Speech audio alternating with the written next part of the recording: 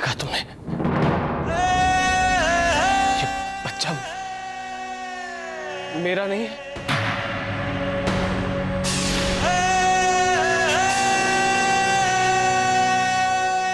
हाँ ध्रुव जी, ये बच्चा आपका नहीं है।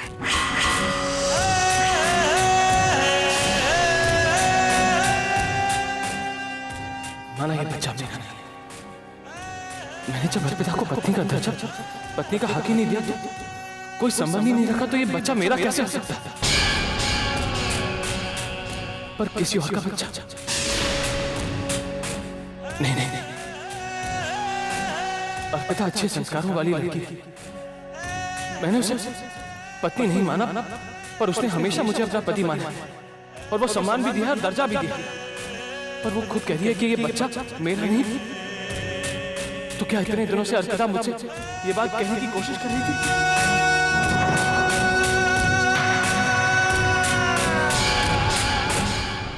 नहीं अर्पिता, मुझे इस बात पर विश्वास नहीं है। देखो अर्पिता, सच सच कहो, कहीं ऐसा तो नहीं किसी के दबाव में आकर तुम सच्चाई को छुपा रही है? अर्पिता, तुम जानती हो तुम क्या कह रही हो? अपने मुंह से बात निकालने से पहले कभी सोचा कि इस बात का तुम पर, मुझ पर और मेरे परिवार पर क्या असर होगा?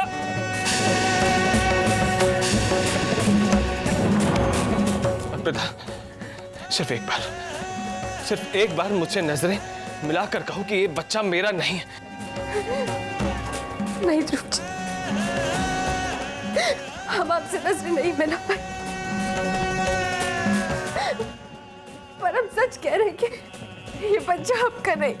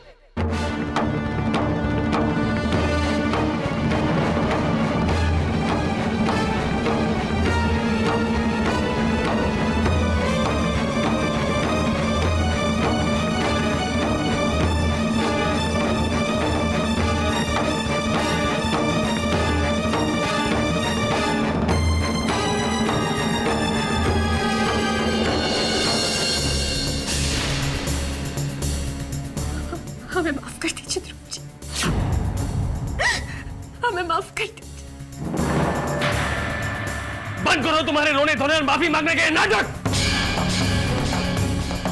आज तुम्हारे चेहरे से सारे मुखौटे हट गए, तुम्हारे भोलेपन का, तुम्हारे साथी का।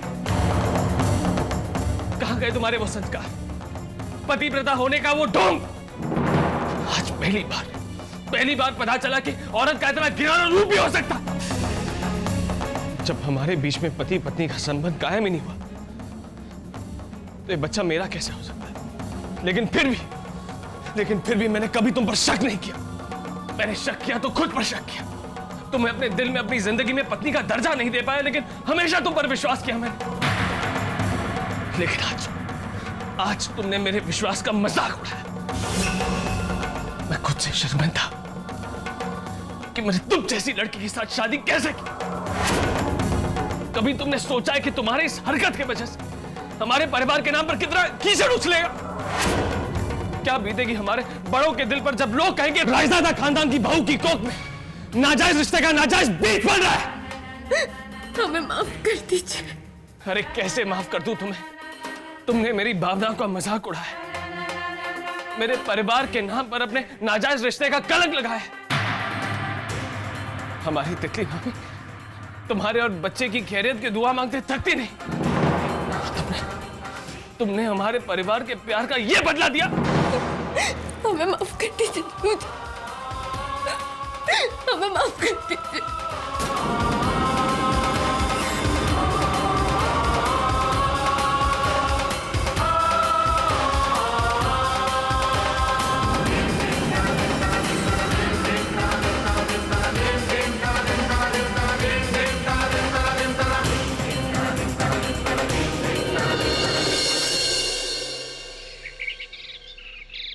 अर्पिता पुत्र, गाजर का हलवा बन गया तो ले आ।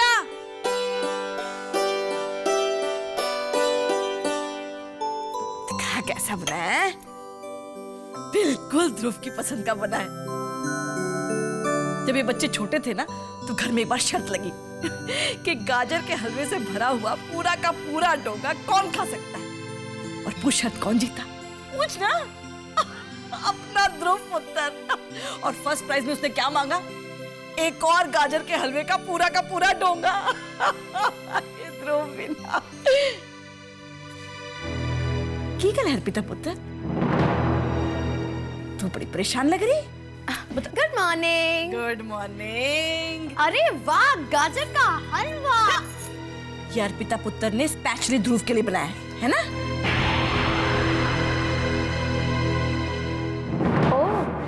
फिर तो इसमें स्पेशल प्यार की मिठास होगी, क्यों अर्पिता भाभी? गुड मॉर्निंग तितली मामी। गुड मॉर्निंग जी, जीते रहो, खुश रहो। तेरे लिए क्या बना है?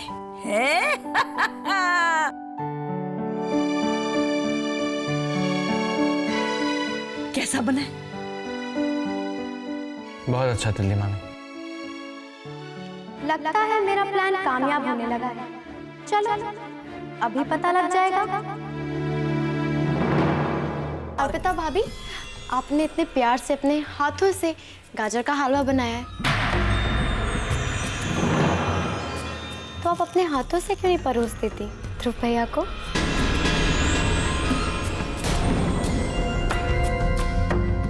हाँ भाई हाँ, तेरे हाथ से तो ज्यादा स्वाद आएगा। तेरे लिए स्पेशली बनाया अर्पिता पुत्र ने।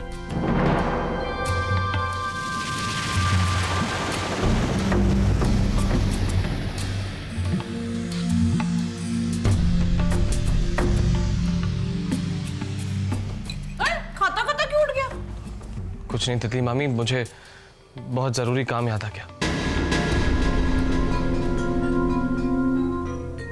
मुझे देर हो रही है। ऐसा कौन सा जरूरी काम याद आ गया कि गाजर का हलवा छोड़ के चला गया? ओह, तो मैंने अर्पिता से जैसा कहा था, लगता है उसने वैसा ही किया है। Well done Sneha, well done. तुमने तो बाजी ही मान ली। शाबाश अर्पिता, शाबाश। कमाल है पुत्र, कमाल है।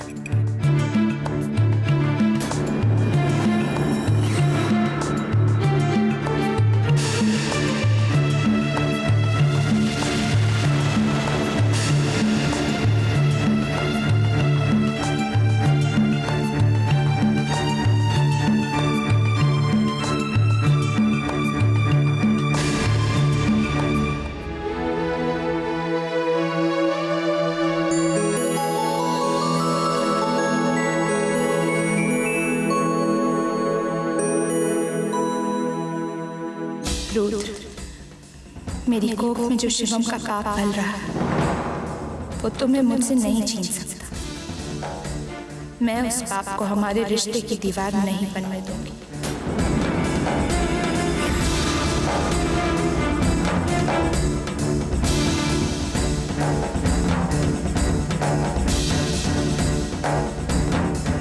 हेलो, यस डॉक्टर, निहारिका बोल रही हूँ।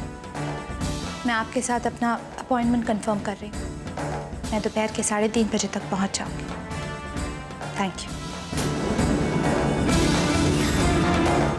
चिंता विघन को थामो। ये कैसी परीक्षा से गुजरना पड़ रहा है। ऐसा कौन सा दोष किया था हमने जिसकी हमें इतनी बड़ी सजा मिली। हम अपनी जिंदगी में इतने बड़े कलंक का बोझ उठाकर नहीं जी पाएंगे, नहीं जी पाएंगे।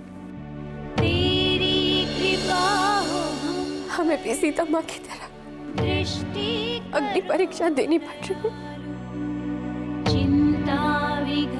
हमारे राम जी ने अपने दिल से अपनी जिंदगी से वनवास दे दी। तेरी कृपा हो हम पर। तो कहिए ना अर्पिता भाभी कैसी रही? ध्रुव से तुम्हें अलग करके मैंने अपना बदला तो ले लिया। अब तुम्हें एहसास होगा जब कोई अपना दूर चला जाता है तो कितना दुख होता है, कितनी तकलीफ होती है। तुम कुछ कह रही थी ना? सीता मैया को तो अग्नि परीक्षा देनी पड़ी। हाँ अर्पिता, सीता मैया ने अपनी अग्नि परीक्षा देकर अपने भगवान राम के सामने अपनी पवित्रता साबित कर दी। पर तुम तो अपने बोले हुए झूठ में ही फंस गए। ध्रुव राम हो सकते हैं पर तुम सीता बनने की कोशिश भी मत करो। और वैसे ध्रुव की सीता तो वेदिका थी, तुम तो उसकी कुछ भी नहीं। अब देखना जिंदगी भर तुम टूटे हुए सपने और बदनामी का बोझ लेकर जीती रहोगे। एक बात कहे तुमसे स्नेहा, तुमने हमारे साथ जो करना था सो किया, लेकिन अपनी जिंदगी में किसी और के साथ ऐसा कभी भी मत करना, वरना इंसानों का रिश्तों पे से और दोस्ती पर से विश्वास उठ जाएगा।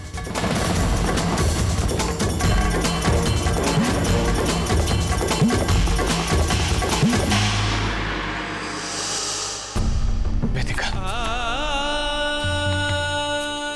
तुम मुझे छोड़ के क्यों चली गई? तुम जानती हो मैं तुम्हारे बिना कितना अकेला। वेदिका,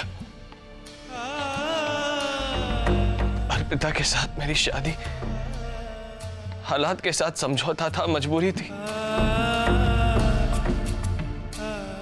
मैं तो अपनी सारी जिंदगी तुम्हारी यादों के सहारे बिता सकता हूं, लेकिन हर बार इतना बड़ा तूफान खड़ा हो जाता है जो संभलते ही नहीं संभलता। अर्पिता की कोख में नाजायज बच्चा पल रहा है।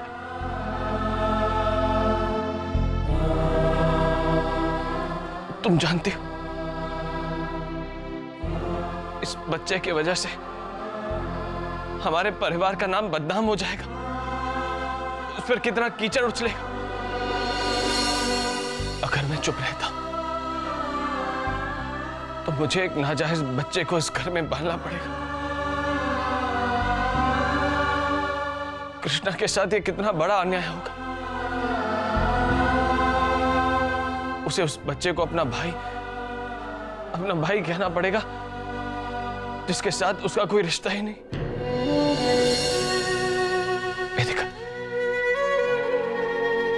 वेदिका, हर मुश्किल में तुमने मेरा साथ दिया।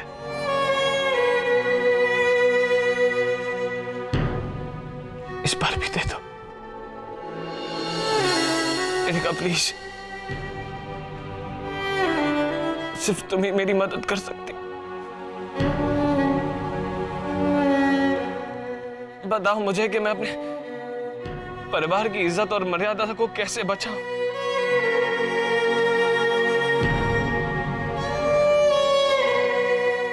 कैसे बचाऊं?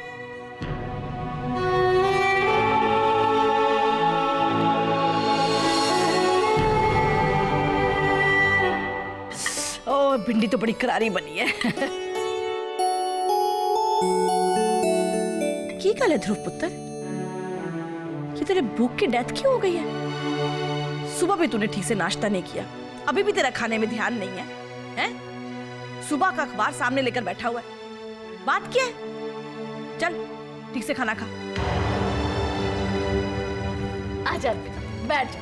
नहीं तितली मामी, आप खाइए, हम परोस देते हैं। ओहो बैठ पुत्र, आजकल तो तेरे नखरे करने के दिन है। बैठ बैठ। 2 दिन का नवजात शिशु कचरे के डब्बे में बरामद। हाय हाय। ध्रुव पुत्र, जरा ये न्यूज़ पढ़ना तो। आज लोअर परेड स्टेशन के पास एक कचरे के डिब्बे में 2 दिन का नवजात शिशु पाया गया। पुलिस को शक है कि यह बच्चा किसी के नाजायज संबंधों का नतीजा हो सकता है। इस बच्चे को फिलहाल अस्पताल में भर्ती करवा दिया गया है। बस कर पुत्र, ये दुनिया में हो क्या रहा है? लोगों के दिल पत्थर के हो गए हैं। भावनाओं की तो जैसे डेथ ही हो गई है। बच्चे को अपना नाम नहीं दे सकते तो पैदा ही क्यों करते हो? पैदा ही क्यों करते हो? पैदा ही क्यों करते हो? बच्चे कभी नाजायज नहीं होते, रिश्ते नाजायज होते हैं। और माँ बाप के नाजायज रिश्तों की सजा कौन भुगते? मासूम बच्चे। मैं तो कहती हूँ कांटे वाले कोड़ों से इन लोगों की ना पिटाई होनी चाहिए, फांसी पर लटका देना चाहिए, डेथ ही करा देनी चाहिए इन लोगों की। हाँ बुआ, आप बिल्कुल सही कह रही हैं। ऐसे लोगों को समाज में रहने का कोई अधिकार नहीं है ना। तू दफा कर, हम अपने घर में ऐसे लोगों की बातें नहीं करेंगे। खाना खा।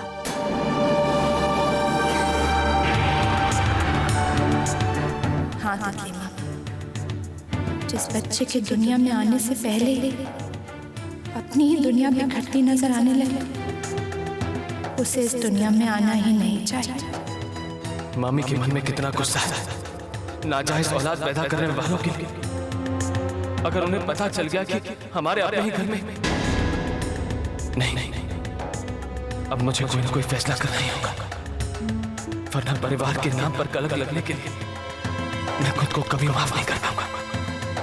ध्रुव भैया, आप क्या सोच रहे हैं? क्या आपको नहीं लगता ऐसे लोगों को धक्के मार के घर से बाहर निकाल देना चाहिए? सुना नहीं तूने मैंने क्या कहा? हम ऐसी घटिया बातों की चर्चा नहीं करेंगे। हम इज्जतदार लोग हैं, तहजीब वाला, संस्कारों वाला कार्य है हमारा। दुनिया में लोग पाप करें, इससे हमें क्या? चुपचाप खाने में ध्यान लगाओ।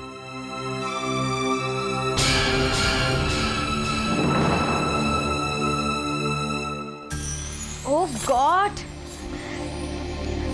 वो खबर पढ़कर ध्रुव भैया कितनी गहरी सोच में पड़ गए थे ना। सोच रहे होंगे तुम्हारे इस नाजायज बच्चे का करें तो क्या करें। फिर घबरा गए होंगे कि अगर घर वालों या बाहर वालों में से किसी को ये पता लग गया कि ये बच्चा उनका नहीं है तो कैसे कैसे ताने सुनने पड़ेंगे। खैर, बच्चा होने के बाद तुम उसे कौन से कचरे के डब्बे में फेंकाओगी। अब बेचारे ध्रुव भैया करें तो क्या करें। पता है, मुझे लगता है कि वो तुम्हारा बच्चा गिराने का फैसला करेंगे। हाँ भाभी, अब उनके पास कोई रास्ता भी तो नहीं है।